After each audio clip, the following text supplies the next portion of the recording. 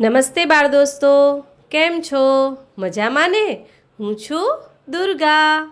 નમસ્તે બાળ દોસ્તો, હું છું કિશન. અરે કિશન, હમણાંથી તો તું રમવા નથી આવતો. ક્યાંય બહાર ગામ ગયો હતો? ના દુર્ગા, હું તો ખૂબ બીમાર થઈ ગયો હતો અને મને તો મચ્છર કરડવાથી તાવ આવ્યો હતો, એટલે હું રમવા ના આવી શક્યો. અરે કિશન, તમારા ઘરની આજુબાજુ પાણી બહુ ભરાય છે ને? તારા ઘરે મચ્છર આવતા હશે અને તેના કરડવાથી જ તને તાવ આવ્યો હશે, ખરું ને? હા દુર્ગા, હું દવાખાને ગયો હતો ને ત્યારે ડૉક્ટર પણ મારા પિતાને એ જ કહ્યું હતું. કિશન, આપણા શરીરની, આપણા ઘરમાં અને આજુબાજુમાં ચોખ્ખાઈ શા માટે રાખવી જોઈએ તેના વિશે હું તને એક ગીત સંભળાવું છું અને તું પણ મારી સાથે ગાજે, હો ને? હા દુર્ગા, હું પણ ગાઈશ. બાળ દોસ્તો, તમે પણ મારી સાથે ગાજો.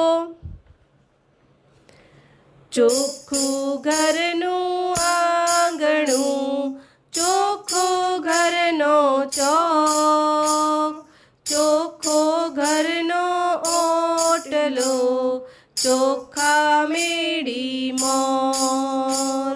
ચોખ્ખું ઘરનું આંગણું, ચોખ્ખો ઘરનો ચોક, ચોખ્ખો ઘરનો ઓટલો, ચોખ્ખા મેળી મોર. ચોખ્ખા ઘર કપડા થકી માણસ બહુ સોહાય. શરીર ચોખ્ખું રાખીએ, રોગ કદી નવ થાય. ચોખ્ખા ઘર કપડા થકી માણસ બહુ સોહાય. શરીર ચોખ્ખું રાખીએ, રોગ કદી નવ થાય. નાહેથી તન સાફ રહે, સાચેથી મન સાફ. તન મન જો છે સાફ તો દૂર રહે નિજ પાપ. નાહેથી તન સાફ રહે, સાચેથી મન સાફ. તન મન જો છે સાફ તો દૂર રહે નિજ પાપ.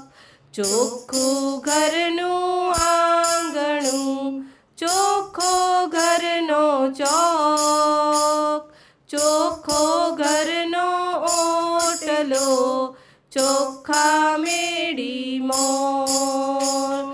ચોખ્ખો ઘરનો ઓટલો, ચોખ્ખા મેળી